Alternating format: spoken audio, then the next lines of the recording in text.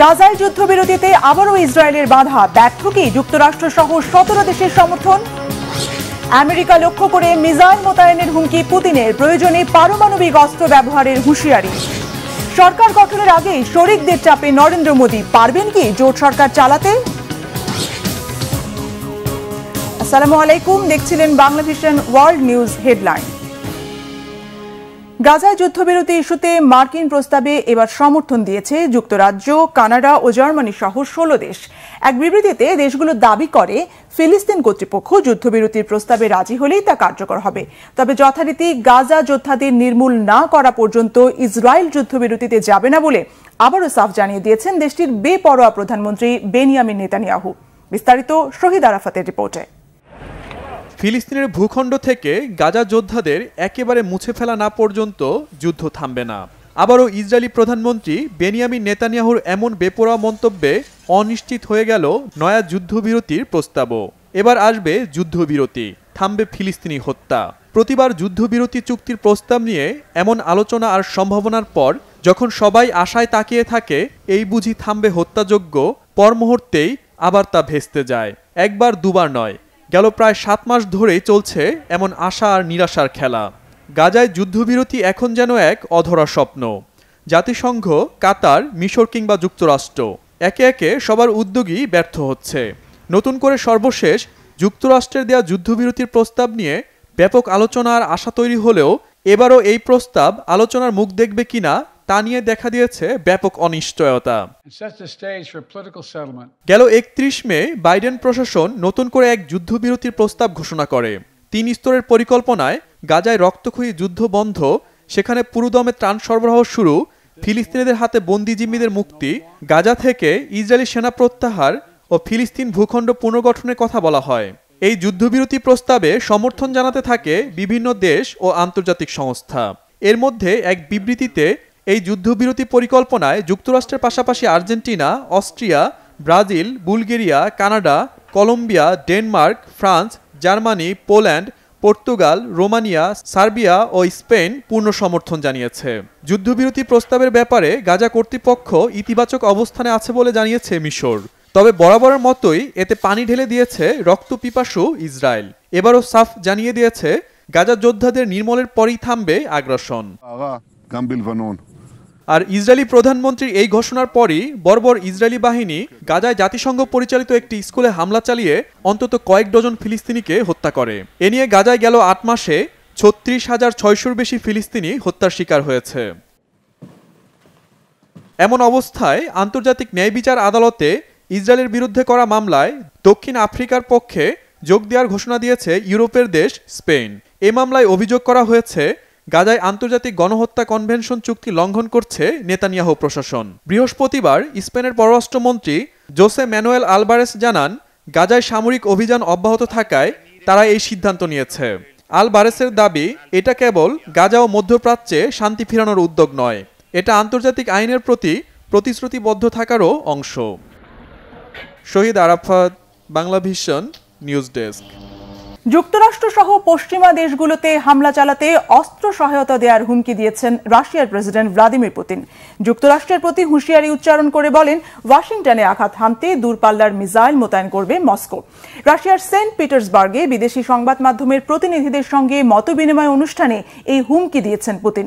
রাশিয়ায় হামলা চালাতে ইউক্রেনকে অস্ত্র দেওয়ার তীব্র সমালোচনা করে বলেন, যুক্তরাষ্ট্র ও জার্মানি সহ পশ্চিমা দেশগুলোর বিরুদ্ধে ব্যবস্থা নেবে মস্কো। সার্বভৌমত্ব আর অখণ্ডতা হুমকির মুখে পড়লে প্রয়োজনে পারমাণবিক অস্ত্র ব্যবহার করতেও রাশিয়ার কুণ্ঠাবোধ করবে না বলে হুঁশিয়ার করে দেন প্রেসিডেন্ট পুতিন। 2020 সালের পারমাণবিক সমঝোতার দিকে ইঙ্গিত করে তিনি বলেন, কোন কোন পশ্চিমা দেশ মনে করে এমন পদক্ষেপ নেবে না মস্কো। ন্যাটোকে আবর্জনা হিসেবে উল্লেখ করে পুতিন বলেন, এই জোটভুক্ত দেশে রাশিয়া হামলার চেষ্টা করছে এমন প্রচার ভীতি ছড়ানোর অপচেষ্টা ছাড়া কিছুই না। 2022 সালে ইউক্রেনে বিশেষ সামরিক অভিযান শুরুর পর এই প্রথম মতবিনিময় ও সংবাদ সম্মেলন করলেন পুতিন। সবসময় ছিলেন একচ্ছত্র ক্ষমতার অধিকারী। গুজরাটের মুখ্যমন্ত্রী থেকে ভারতের প্রধানমন্ত্রী, একক সংখ্যাগরিষ্ঠতায় সরকার গঠন করেছে নরেন্দ্র মোদীর দল বিজেপি। নির্বাচনে জোটগতভাবে অংশ নিলেও কখনো পরোয়া করতে হয়নি শরিকদের ইচ্ছে অনিচ্ছার। এবার সরকার গঠনে কোয়ালিশনের উপর নির্ভর করা ছাড়া গতি নেই বিজেপির। প্রশাসনের পদবি নিয়ে মিত্রদের সঙ্গে থাকবে দর কষাকষির সম্পর্ক, সহ্য করতে হবে শক্তিশালী বিরোধী পক্ষ। সবকিছু মিলে মোদির জন্য কঠিন হয়ে উঠবে নতুন মেয়াদের সরকার পরিচালনা। বিস্তারিত হাফিজুল ইসলামের ডেস্ক রিপোর্টে। এক দশক ধরে ভারতের এক নায়ক ছিলেন নরেন্দ্র মোদী। কর্তৃত্বপরায়ণ এই নেতাকে কখনো শুনতে হয়নি কারো কথা। শরিক দলগুলোর ইচ্ছা অনিচ্ছার পরোয়া ছাড়াই দেখিয়েছেন ক্ষমতার জোর। বাজির দান পাল্টে দিয়েছে এবারের নির্বাচন। সরকার গঠনে বিজেপির দরকার পড়ছে জোটের সাহায্য। সংখ্যাগরিষ্ঠতার শক্তিতে ক্ষমতায় থাকা মোদী কি পারবেন কোয়ালিশন সরকার সামলাতে? মিত্রদের দর কষাকষির খেলায় টিকে থাকার সক্ষমতা কি তার আছে? সবকিছু ঠিক থাকলে তৃতীয় মেয়াদে সরকার গঠন করবে বিজেপি। অন্যদিকে বিরোধী পক্ষে শক্তিশালী অবস্থানে থাকবে কংগ্রেস। তুলনামূলক দুর্বল জোট ও ঝুলন্ত পার্লামেন্ট নিয়ে প্রধানমন্ত্রীর পদে বসবেন নরেন্দ্র মোদী। বিগত দিনগুলোতে কোনো সিদ্ধান্ত গ্রহণ কিংবা কোনো আইন পাশের ক্ষেত্রে শরিক দলগুলোর ইচ্ছা অনিচ্ছার ধার ধারতে হয়নি বিজেপিকে। কিন্তু জোট সরকার টিকিয়ে রাখতে মিত্রদের মতামতের গুরুত্ব দিতে বাধ্য হবেন মোদী। মোদির সামনে অন্য কোনো বিকল্প নেই। গত 10 বছর ধরে তিনি যেভাবে সরকার চালিয়েছেন, যেমন আচরণ করেছেন, এখনও সেরকম থাকলে তাকে সরকারের দপ্তর ছাড়তে হবে। মোদির ব্যক্তিত্ব পরিবর্তন করে আরও নম্র হতে হবে। অন্যদের সাথে মন খুলে কাজ করার মতো মানসিকতা তৈরি করতে হবে। অবশ্য মোদির চরিত্রে এমন কিছু আমরা কখনো দেখিনি। তিনি এখন একরকম পরাজিত ব্যক্তি। তার আগের সেই পাওয়ার আর নেই।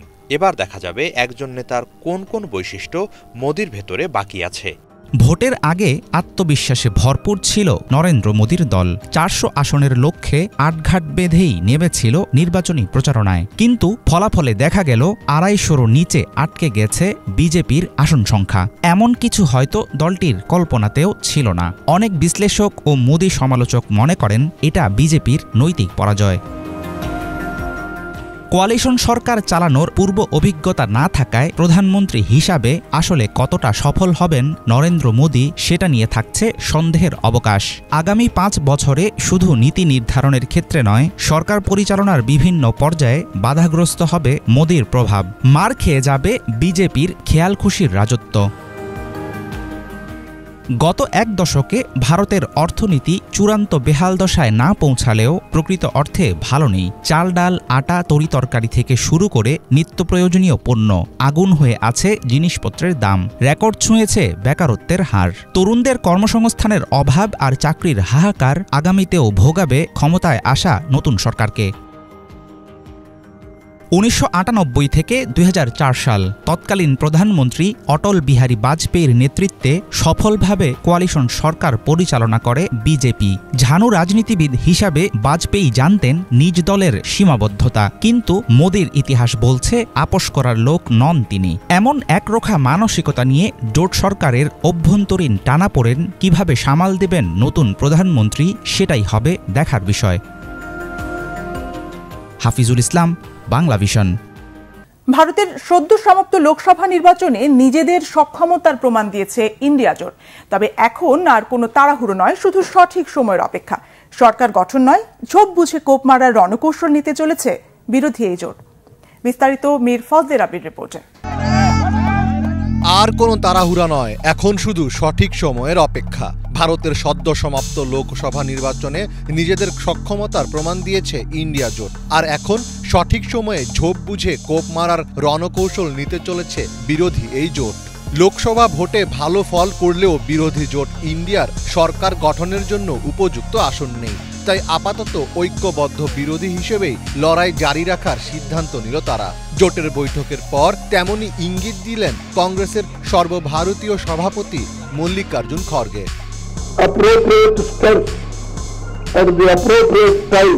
এবারের লোকসভা ভোটে সংখ্যাগরিষ্ঠতা পায়নি বিজেপি। 400 পার তো দূরের কথা, 300 আসনই পায়নি তারা। তবে সরকার গঠনের মতো সুযোগ তাদের হাতে রয়েছে। বিহারের মুখ্যমন্ত্রী নীতিশ কুমার ও অন্ধ্রপ্রদেশের ভাবী মুখ্যমন্ত্রী চন্দ্রবাবু নাইডুর সমর্থনে মোদী প্রধানমন্ত্রী হবেন। সবকিছু ঠিক থাকলে শনিবার শপথ নিতে পারেন তিনি। এই যখন পরিস্থিতি, তখন দায়িত্বশীল বিরোধী হিসেবেই এগিয়ে যাওয়ার কথা ভাবছে ইন্ডিয়া জোট। তবে কেন সরকার গঠনের চেষ্টা ক্ষান্ত দিল ইন্ডিয়া জোট? সরকার গঠনে তোড়জোড় না চালিয়ে কেন শক্তিশালী বিরোধী হওয়ার সিদ্ধান্তে পৌঁছালো তারা? বিশ্লেষকদের অনেকে বর্তমান পরিস্থিতিতে ইন্ডিয়ার এই কৌশলকে ইতিবাচকই মনে করছেন। তাদের মতে এখনই সরকার গঠনের জন্য তোড়জোড় করা বৃথা, কেননা নরেন্দ্র মোদী টানা তৃতীয় মেয়াদে সরকার গঠনের পথে এখন অনেকটাই এগিয়ে গেছেন। আর এই অবস্থায় ইন্ডিয়া জোট সরকার গঠনের দাবি জানালে সেটিকে ক্ষমতার লোভ বলে প্রচারে নামতে পারে কংগ্রেস বিরোধীরা। আর এমনটা হলে এই নির্বাচনে ইন্ডিয়া জোটের সব অর্জনের ঝলকানি ফিকে হয়ে যেতে পারে। যেসব প্রার্থীরা জয়ী হয়েছেন তারাও এখন চাঙ্গা রয়েছেন। সরকার গঠনের চেষ্টা করে ব্যর্থ হলে তাদের মনোবলও নষ্ট হয়ে যেতে পারে। তাই তাদের এই শক্তিকে কাজে লাগিয়ে মোদী সরকারের বিরুদ্ধে আরও বড় পরিসরে সংগ্রাম চালিয়ে যাওয়া হবে দলটির ভবিষ্যতের জন্য বড় একটি পুঁজি। এবারের লোকসভা নির্বাচনে এক প্রকার পুনর্জন্ম হয়েছে কংগ্রেসের। একই সঙ্গে পাপ্পু নামের কলঙ্ক ঘুচিয়ে জাতীয় নির্ভরযোগ্য নেতা হিসাবে উত্থান হয়েছে রাহুল গান্ধীর। ভাই রাহুল গান্ধীর সমর্থনে নিজের এক্স হ্যান্ডেলে আবেগঘন পোস্ট করেছেন বোন প্রিয়াঙ্কা গান্ধী। নিজের এক্স হ্যান্ডেলে প্রিয়াঙ্কা লেখেন, যে যাই বলুক না কেন নিজের জায়গায় স্থির ছিলে তুমি। সকলে সন্দেহ প্রকাশ করলেও নিজের প্রতি আস্থা হারাওনি। মিথ্যার বিরুদ্ধে সোজা হয়ে লড়াই করেছ। রাগ এবং ঘৃণাকে কখনো নিজের মধ্যে স্থান দাওনি। ভালোবাসা, সত্যি এবং দয়া দিয়ে সকলের মন জয় করে নিয়েছ। তোমার বোন হিসাবে আমি গর্বিত। প্রিয়াঙ্কা গান্ধীর এই পোস্টের ইঙ্গিত থেকে বোঝাই যাচ্ছে আপাতত নিজেদের বর্তমান সাফল্যকে ধরে রেখে ভবিষ্যতের পরিকল্পনা করছে কংগ্রেস। 2019 লোকসভা ভোটে যেখানে 52টি আসন পেয়েছিল কংগ্রেস, সেখান থেকে ঘুরে দাঁড়িয়েছে এই দল। এই নির্বাচনে ইন্ডিয়া জোট 232টি আসন জয়লাভ করেছে। চাঙ্গা হয়েছে কর্মীদের মনোভাব। তাই সামনে করতে হবে আরও বড় কিছু। এখন শুধু সঠিক সুযোগ ও সময়ের অপেক্ষা। মীর ফজলে রাব্বি, বাংলা ভিশন। ভারতে এবারের লোকসভা নির্বাচনে রেকর্ড ভোটে জিতে ইতিহাস গড়েছেন কংগ্রেসের এক মুসলিম প্রার্থী। আসামের ধুবরী আসন থেকে 10,12,000 ভোটের ব্যবধানে জিতে রেকর্ড গড়েছেন মুসলিম প্রার্থী রাকিবুল হোসেন। এমন জয়ে রাকিবুল হোসেনের প্রতিদ্বন্দ্বী প্রার্থী বিজেপি নেতা হিমন্ত শর্মা তাকে দিলেন হিরো অব দ্য ডে উপাধি। বিস্তারিত মীর ফজলে রাব্বির রিপোর্টে। যিনি আসাম অঞ্চলে বিজেপির চোখের কাঁটা, যাকে ঘিরে প্রায়শই নানা প্রশ্ন ও বিতর্কের জন্ম দেন আসামের বিজেপি নেতারা। তবে এবার আর আটকানো গেল না তাকে। ভারতের লোকসভা নির্বাচনে মুসলিম প্রার্থী হিসাবে রেকর্ড ব্যবধানে জিতে ইতিহাস গড়লেন তিনি। এবারের লোকসভা নির্বাচনে ব্যক্তিগত চমক দেখিয়েছেন অনেক প্রার্থী। তাদের মধ্যেই একজন রাকিবুল হোসেন। তিনি ভোটে দাঁড়িয়েছিলেন আসামের ধুবরী আসন থেকে। কংগ্রেসের এই প্রার্থী এবার জিতেছেন 10,12,000 ভোটের ব্যবধানে। বিস্ময়কর ব্যাপার হলো, রাকিবুল যাকে হারিয়েছেন তিনিও একজন মুসলিম। তবে কোনো সাদামাটা প্রার্থী নন। অল ইন্ডিয়া ইউনাইটেড ডেমোক্রেটিক ফ্রন্টের প্রধান বদরুদ্দিন আজমল। রাকিবুল যে ধুবরীতে এত বড় ব্যবধানে জিতলেন সেটা তার নিজের এলাকা নয়। সেখান থেকে প্রায় 300 কিলোমিটার দূরে সামাগুড়ি থেকে তিনি বারবার বিধায়ক হয়েছেন। 2009 সাল থেকেই জিতে আসছেন রাকিবুল। 2016 সালে যখন বিজেপির জোয়ার চলছিল তখনও সামাগুড়িতে বিজেপি প্রার্থীকে হারিয়েছিলেন তিনি। রাকিবুল জয়ী হওয়ার কিছুক্ষণ পরে রাজ্যের মুখ্যমন্ত্রী এবং বিজেপি নেতা হিমন্ত শর্মা তাকে হিরো অব দ্য ডে বলে অভিহিত করেন এবং বলেন রাকিবুলের আলোচনা সামনে আসা উচিত। অথচ এই হিমন্ত শর্মার সঙ্গে রকিবুলের সম্পর্ক খুবই উত্তেজনাকর। এমনকি নির্বাচনের আগে হিমন্তের বিরুদ্ধেই সবচেয়ে বেশি আক্রমণাত্মক বক্তব্য দিয়েছেন রাকিবুল। রাকিবুল হুসাইনের জন্ম 1964 সালের 7 আগস্ট। আলিগড় মুসলিম বিশ্ববিদ্যালয় থেকে রাষ্ট্রবিজ্ঞানে স্নাতকোত্তর করেছেন তিনি। রাকিবুল সামাগুড়ি থেকে বিধায়ক এবং 2021 সাল থেকে আসাম বিধানসভায় বিরোধী দলের উপনেতা হিসেবে দায়িত্ব পালন করছেন। আর এবার ধুবরী থেকে ইতিহাস গড়া জয় পেয়ে লোকসভায় যাবার অপেক্ষায় আছেন তিনি। মীর ফজলে রাব্বি, বাংলা ভিশন। অর্থনৈতিকভাবে বিপর্যস্ত মিশরে প্রধান খাবার রুটির দাম বাড়ায় ভোগান্তিতে পড়েছে দেশটির নাগরিকরা। বাড়তি দামে রুটি কিনতে হিমশিম খাচ্ছে তারা। দেখা দিয়েছে দাঙ্গার শঙ্কাও। কিভাবে এই পরিস্থিতি সামাল দেবে মিশর সরকার? বিস্তারিত হাফিজুল ইসলামের ডেস্ক রিপোর্টে। আফ্রিকার দেশ মিশরে এক লাফে কয়েক গুণ বেড়েছে সরকারি ভর্তুকি দেয়া রুটির দাম।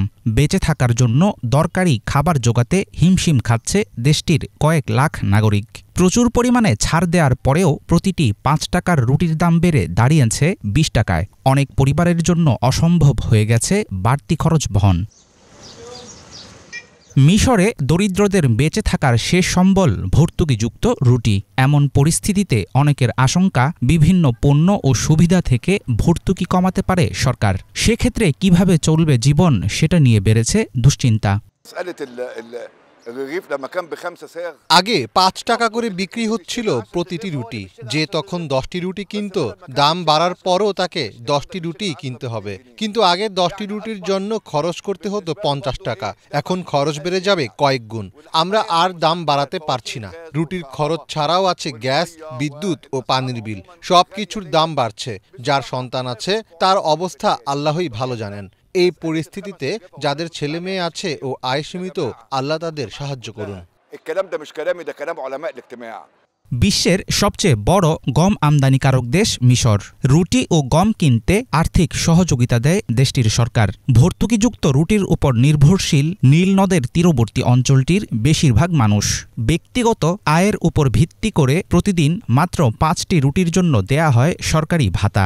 গত কয়েক দশক পর এবছর জুনে মিশরে প্রথমবারের মতো বাড়ল ভর্তুকি দেয়া ছোট রুটির দাম। রুটির দাম বাড়ানো মিশরে অত্যন্ত জটিল একটি ব্যাপার। ১৯৮০ সাল থেকে প্রায় একই রকম রাখা হয়েছিল ফ্ল্যাট ব্রেডের প্রাইস। রুটিতে ভর্তুকি বাতিলের উদ্যোগ নেয়ার কারণে ১৯৭৭ সালে রীতিমতো দাঙ্গার কবলে পড়ে মিশর। রুটির দাম বৃদ্ধির ফলে নতুন করে বাড়বে জনসাধারণের ভোগান্তির মাত্রা। রুটির দাম বেড়ে গেলে অবশ্যই আমি বিপদে পড়ব। আগে থেকে জিনিসপত্রের মূল্যবৃদ্ধির কারণে আর্থিক কষ্টে আছি। বর্তমান পরিস্থিতিতে আর কুলাতে পারছি না। শুধু আল্লাহর উপর ভরসা করেই টিকে আছি। বেতনের পাশাপাশি ছুটা কাজ খুঁজছি, যাতে আয় কিছুটা হলেও বাড়ে। এছাড়া আপনি এখানে জীবন চালাতে পারবেন না। বেতন বাড়লেও সেটা মোটেও যথেষ্ট হবে না। যেভাবে দ্রব্যমূল্য বাড়ছে, বেতনের টাকায় আর খরচ পোষানো যাবে না। বড় বড় মেগা প্রজেক্টে অর্থব্যয়ের কারণে ব্যাপক হারে বেড়েছে ঋণের পরিমাণ। খরচ সামাল দিতে গিয়ে টালমাটাল দেশটির অর্থনীতি। একদিনের খাবার হিসাবে মাত্র ৫টি রুটির রেশন মোটেও যথেষ্ট না। তাই আধপেটা খেয়েই দিন কাটান অনেক মিশরীয়। বাজারের রুটির যে সাইজ, সেরকম ৫টি রুটি দিয়ে কি হয়? একটি শিশু বাচ্চার পেটও ভরবে না। একটি শিশু রুটিকে ২ ভাগে ছিঁড়ে মাত্র ২ কামড়ই খেয়ে নিতে পারে। এই পরিমাণ খাবার মোটেও যথেষ্ট নয়। মাঠে ঘাটে, অফিস আদালতে যারা কাজ করে, এমন প্রাপ্তবয়স্কের কথা বাদ দিন, ১-২টা রুটি দিয়ে একটা ছোট বাচ্চারও কিছু হয় না। সামাজিক নিরাপত্তা বেষ্টনী বাড়াচ্ছে প্রশাসন, এমন দাবি করে আসছে মিশর। সমালোচকদের ধারণা, মেগা প্রকল্পের ব্যয় ঘাটতি পূরণ করতে গিয়ে রুটির উপর থেকে ভর্তুকি কমিয়েছে সরকার। জনসাধারণের উপর বাড়তি বোঝা চাপানোর বদলে সামরিক মালিকানাধীন যেসব প্রতিষ্ঠান ট্যাক্স মওকুফ সুবিধা পেয়ে আসছে, সরকারের উচিত সেসব সুযোগ বন্ধ করা। তাহলেই হয়তো খানিকটা কমানো সম্ভব হবে মূল্যবৃদ্ধির বিপদ। হাফিজুল ইসলাম, বাংলা ভিশন। এদিকে বিশ্বে ৫ বছরের কম বয়সী প্রতি ৪ শিশুর একজন অপুষ্টির শিকার। আর বিশ্বজুড়ে ১৮ কোটির বেশি শিশু ঝুঁকিতে রয়েছে শারীরিক ও মানসিকভাবে ঠিকমতো বেড়ে না ওঠার। বুধবার জাতিসংঘের শিশু বিষয়ক সংস্থা ইউনিসেফের এক প্রতিবেদনে উঠে আসে এই তথ্য। সংস্থাটি শিশুর বিকাশের জন্য প্রয়োজনীয় পুষ্টিকর খাবারের মারাত্মক ঘাটতি নিয়ে সতর্ক করে দেয়। তাদের মতে, বিশ্বজুড়ে ২টি বা তার চেয়ে কম খাদ্য উপাদান নিয়ে বেঁচে থাকা শিশুরা সবচেয়ে বেশি খাদ্য ঘাটতিতে রয়েছে। ইউনিসেফ বলছে, ৫ বছরের কম বয়সী শিশুদের খাবারে প্রতিদিন মায়ের বুকের দুধ, শস্য, মূল জাতীয় খাবার, কলা, ডাল, বাদাম এবং বীজ জাতীয় খাদ্য, মাংস, মুরগি ও মাছ, ডিম জাতীয় খাবার থাকা জরুরি। কিন্তু বিশ্বের নিম্ন ও মধ্যম আয়ের প্রায় ১০০টি দেশের ৪৪ কোটি শিশু দৈনিক এই ৮টির মধ্যে ৫টি উপাদান সমৃদ্ধ খাবার খেতে পারছে না। তাদের মধ্যে আবার ১৮ কোটির বেশি শিশু মারাত্মক খাদ্য ঘাটতির মধ্যে রয়েছে। প্রতিবেদনে গাজার বর্তমান পরিস্থিতি বিবেচনা করে দেখা গেছে, অঞ্চলটিতে প্রতি 10টি শিশুর মধ্যে ৯ জন শিশুই মারাত্মক খাদ্য সংকটে ভুগছে। বাগানের তাজা লিচুর স্বাদ উপভোগ করতে চান? তাহলে চলে যেতে পারেন লিচুর বাড়ি। চীনের গুয়াংডং প্রদেশের মাওমিং শহরে রয়েছে এই লিচুর বাড়ি। না, সরাসরি আপনাকে সেখানে যেতে হবে না, অনলাইনেও অর্ডার করতে পারবেন আপনি। এই লিচুর বিশেষত্ব হলো সেখানকার কৃষকরা ড্রোনের সাহায্যে বাগান থেকে লিচু সংগ্রহ করে দ্রুত তা গ্রাহকের কাছে পৌঁছে দেন বলে এর স্বাদ থাকে একেবারে টাটকা। বিস্তারিত ইফাত জাহানের ডেস্ক রিপোর্টে।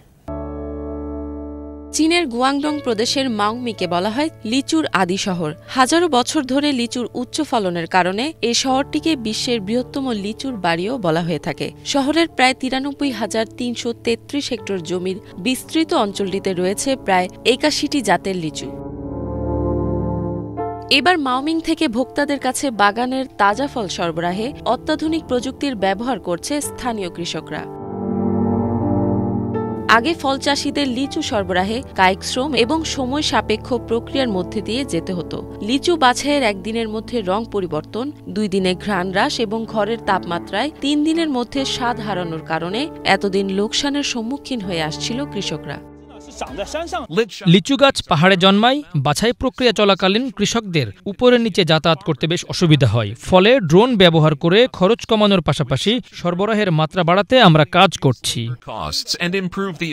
৫০ কিলোগ্রামের ড্রোনটির মাঠ থেকে গন্তব্যে যেতে মাত্র ২০ মিনিট সময় লাগে। প্রতিদিন টানা ১২ ঘন্টা সার্ভিস দিতে ড্রোনের জন্য প্রায় ৫০ থেকে ৬০টি ব্যাটারি রাখা হয়। মাওমিং থেকে লিচু এখন ২৪ ঘন্টায় চীনের বেশিরভাগ শহরে পৌঁছতে পারছে, আর ৩ দিনের মধ্যে পৌঁছতে পারছে মধ্যপ্রাচ্য ও ইউরোপের বাজারে।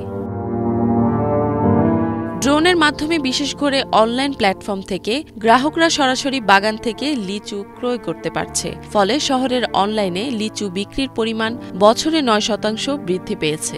এখন অনলাইন বিক্রি মোট লিচু বিক্রির প্রায় ২৬%।